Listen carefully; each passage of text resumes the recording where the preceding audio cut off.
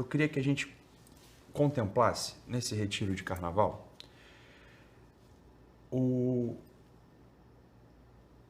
a paixão de Nosso Senhor Jesus Cristo. Ok? O que a gente vai fazer? A gente vai caminhar junto ao longo das 14 estações da Via Sacra. Beleza? Talvez a gente pule uma ou outra, né? Mas a ideia é essa. A ideia é que a gente comece nessa segunda-feira de carnaval a visualizar todo o itinerário que Nosso Senhor percorreu, desde a sua condenação até o ser sepultado. Beleza? Ítalo, eu não sei do que você está falando. Eu não sei do que o senhor está falando. Não tem problema. Você vai descobrir aqui ao longo desses nossos encontros, a gente vai se ajudar, a gente vai rezar um pelo outro, beleza? Mas a gente vai aprofundar nessa que é a maior realidade da história. A coisa mais importante que já aconteceu na humanidade aconteceu nesse período, né? Desde a condenação até o sepultamento de Cristo. Por que a gente vai parar no sepultamento de Cristo? Bem, primeiro porque a Via Sacra é assim. A Via Sacra é um conjunto de meditações, em geral por imagens ou por textos, que separam em 14 capítulos esse itinerário, desde o encontro de Nosso Senhor com Pilatos até o sepultamento dele. Se você lembrar, não sei se há quanto tempo você vai, não sei se você é daqueles que vão na igreja todo dia, ou se é aqueles que vai na igreja só em missa de sétimo dia, ou se não lembra, né, a última vez que entrou numa igreja, mas tem uma coisa que fica na nossa memória. Você lembra, quando você entrava na igreja, você via assim nas paredes em geral, não tinha isso, uns quadrinhos e uns números, assim, número 1, número 2, número 3, número 4, até o 14. Não sei se vocês lembram disso, quem não lembra ou quem não sabe do que eu estou falando. Vai lembrar. Essas são as estações, assim que a gente chama, as estações da Via Sacra, né? Então, aquele caminho sagrado que Nosso Senhor percorreu, desde a condenação, como eu falo, até o sepultamento. Lembra disso, né? Claro. E tinha imagens muito bonitas, né? Pinturas e tal, né? Representações gráficas daquilo. E além daquelas representações gráficas, há inúmeros textos. Muitos santos, muitos autores espirituais já escreveram sobre essas estações. Tá? Ou seja, sobre esses capítulos, esses 14 capítulos desse itinerário, dessa via sagrada, né? Pronto. Queria que a gente meditasse sobre isso. Por que a gente para no sepultamento? Porque a gente vai deixar ali, vamos lá, a gente vai deixar a coisa amarrada já para a Páscoa, que é na Páscoa, ou seja, daqui mais de um mês, a gente vai celebrar a Páscoa. Beleza? É para isso que a gente faz esse retiro de carnaval. É para isso que começa a quaresma na quarta-feira de cinzas. Daqui a pouco, na quarta-feira, a gente começa a quaresma. A gente começa a se preparar de um modo mais intensivo, né? Mais sério, por assim dizer. Aproveitando esse tempo forte de conversão para Páscoa. Beleza? Na Páscoa, vocês vão lembrar, a gente celebra e lembra e vivencia, sobretudo, a ressurreição de Nosso Senhor. Então vamos nessa, vamos começar aqui. Primeira estação, Jesus é condenado à morte. Vamos pegar aqui, ó, no Evangelho de segundo São João, capítulo 19, sobretudo no capítulo 19, a gente lê assim, ó, vamos nessa. E a gente vai tirar consequências práticas disso aqui, beleza? Quando viram Jesus, os sumos sacerdotes e os guardas começaram a gritar: crucifica-o! Crucifica-o! Pilatos respondeu: levai-os vós mesmos para crucificar, pois eu não encontro nele crime algum. Os judeus respondem: nós temos uma lei, e segundo essa lei, ele deve morrer, porque se fez filho de Deus. Por causa disso, Pilatos procurava soltar Jesus. Mas os judeus gritavam: se soltas este homem, não és amigo de César. Todo aquele que se faz rei declara-se contra César. Então Pilatos entregou Jesus para ser crucificado e eles o levaram. Olha só. Essa passagem é um retrato da nossa alma. Eu já falei uma vez e repito aqui nesse nosso retiro de carnaval, e eu queria que a gente aprofundasse essa meditação que aponta para o seguinte: todo homem, toda mulher carregam dentro do seu peito um Pilatos. Há algo central na nossa alma que miseravelmente leva o nome desse burocrata romano. Todo homem tem algo de Pilatos. Tem algo de Pilatos dentro de si. Perceba o pêndulo desse sujeito. Desse sujeitinho, vamos chamar assim, né? Desse sujeitinho, Pilatos. Um burocrata romano. Não. Vindo de prefeito, com um juiz, com uma... Ele fala, olha, Pilatos respondeu: levai-os vós mesmos para crucificar, pois eu não encontro nele crime algum. Então a primeira coisa que Pilatos fez foi, né, tirar o corpo fora. Tirar o corpo fora. Ou seja, diante do evento mais dramático, diante do evento mais sério da humanidade, diante do acontecimento mais importante, Pilatos dá de ombros. Pilatos não faz caso. Pilatos fala, olha, resolve isso vocês lá, isso não é comigo. Ou seja, diante da novidade do Cristo encarnado, do Deus feito homem, daquele que veio para nos salvar, que andou conosco, que fez uma série de milagres, que faz milagres habitualmente, que apresenta todo um grande panorama de vida, Pilatos tira o corpo fora. Opa, eu já vi essa história na minha vida. Eu já vi essa história da minha vida miseravelmente, não com orgulho, mas olhando para essa história. Falei, olha, opa, houve momentos em que, ao se apresentar a verdade, ao ter que tomar decisões, enfim, ocorreu um movimento do tipo, para que me comprometer?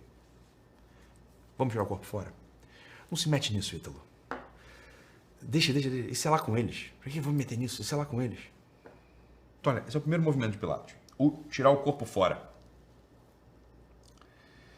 Depois, Pilatos, né, ainda fala, mas é pior, ele fala assim, olha, é que eu não encontro nele crime algum. Então, o primeiro movimento isso é contigo, resolve você. Em segundo, num outro momento, Pilatos olha para Cristo e fala, esse sujeito, ele é a verdade. Esse sujeito, ele é a verdade. Ele não tem crime algum. Ele não merece ser condenado. Então, há um reconhecimento. Fala, olha, é mesmo. Ele não tem crime algum. Ele não merece ser condenado. Mas se eu entrar nessa confusão, meu amigo, corre risco de eu ser crucificado. Imagina você... Pilatos pensando, hein? Imagina você se eu vou entrar numa contra os judeus e contra César. Me deixa quieto. O que eu tenho a ver com isso? Depois aí eles se resolvem. É ou não é verdade que há uns momentos d'água miseráveis assim? Atenção, não estou falando só de religião agora. Estou falando das coisas do dia a dia. Não estou falando só de igreja, hein? Estou falando das coisas do dia a dia. Onde, às vezes, é necessário a gente tomar um posicionamento, não de briga, de nada, mas de justiça, de defesa, ou de serviço, que vai desde... Essa é a realidade, por isso que elas são nossas. Elas vão desde eu olhar para um copo que está na mesa, e que se não for eu a pegar e levar na pia para lavar, alguém vai ter que fazer, ou seja... Primeiro eu olho e falo, isso aí. Se alguém resolve.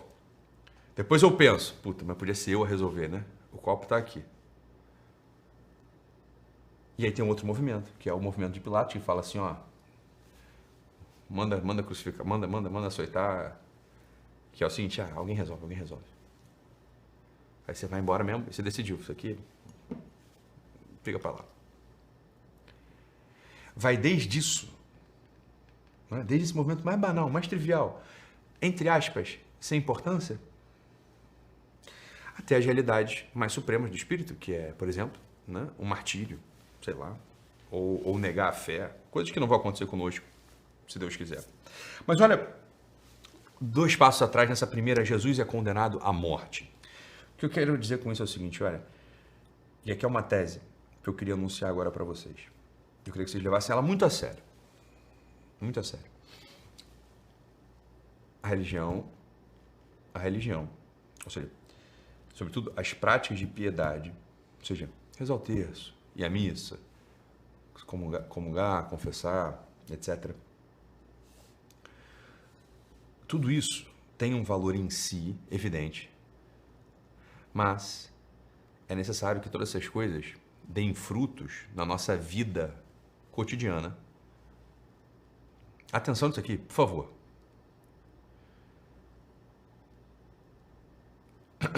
Nossa vida cotidiana, que não tem necessariamente a ver com igreja ou com religião e tal. Em primeiro lugar, por quê? Porque essa ideia de que existe uma vida de igreja e uma vida do trabalho ou da família, essa é a tese, hein? É o primeiro erro. Aqui, uma das coisas que a gente vai buscar ao longo de todo esse retiro e de todo o ano em sequência e de toda a vida é isso que a gente chama de unidade de vida. Unidade de vida. Que não haja uma diferença entre a igreja por um lado, a religião por um lado, as coisas lá da paróquia, do templo, do culto, da missa, etc., do grupo de oração, e por outro lado, o trabalho, a família, como se numa eu precisasse ser santinho, bonzinho, e na outra eu pudesse ser desatento, pouco comprometido, desinteressado. Porque no final das contas, entre aspas, mais uma vez, e de modo errado, entre aspas, eu sou o líder do grupo de oração, ou eu sou um servita, opa. Essa é a primeira coisa que a gente vai demolir aqui. E é uma tese validada. Falou, olha, o que a gente mais tem que buscar é a unidade de vida. Unidade de vida.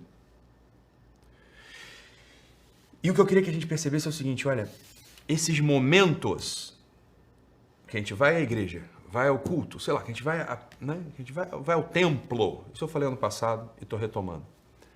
Às vezes que a gente vai ao templo, ou que não estamos no templo, a gente está em casa, a gente está fazendo a leitura do Evangelho, a gente está fazendo, eventualmente, uma oração, rezando um terço, sei lá. Essas coisas todas, elas têm que produzir frutos de bondade, frutos de mais serviço, frutos de fortaleza, frutos de caridade. Nisso que habitualmente algumas pessoas chamam de vida mundana. Então, calma lá. Vida mundana? Eu pergunto. Olha, eu queria chamar a gente aqui para uma responsabilidade, por isso que eu falei que esse ano vai ser um pouco diferente. Esse ano é um nível acima do ano passado. O retiro desse ano se predispõe a um chamado que eu estou fazendo a vocês, a um chamado real de responsabilidade com as coisas deste mundo. Se não formos nós a colocar nosso ombro para carregar esse arado que arranha a terra e a prepara para receber a semente que germinará numa árvore que fará sombra e dará frutos para todos quantos passam, se não formos nós a botar esse ombro, quem vai ser? Quem vai ser? Essa é a pergunta. Dos 7.000 que estão aqui comigo, eu não gostaria de deixar nenhum cair. Nenhum cair. E que ninguém possa dizer assim, mas também, no trabalho só falam de coisas ruins. Mas também, na família só fazem fofoca. Mas também, pior, no grupo de oração da paróquia é só inveja. É o que eu tô falando aqui, ó. Primeira estação. Jesus é condenado à morte. Aparece uma figura central chamada Pilatos, que lava as mãos diante das injustiças contra a verdade que acontecem nesse mundo. Essa é a reflexão central da primeira estação da Via Sacra. Não. A gente não pode ser como Pilatos. Nesse sentido, a gente não pode ser como Pilatos.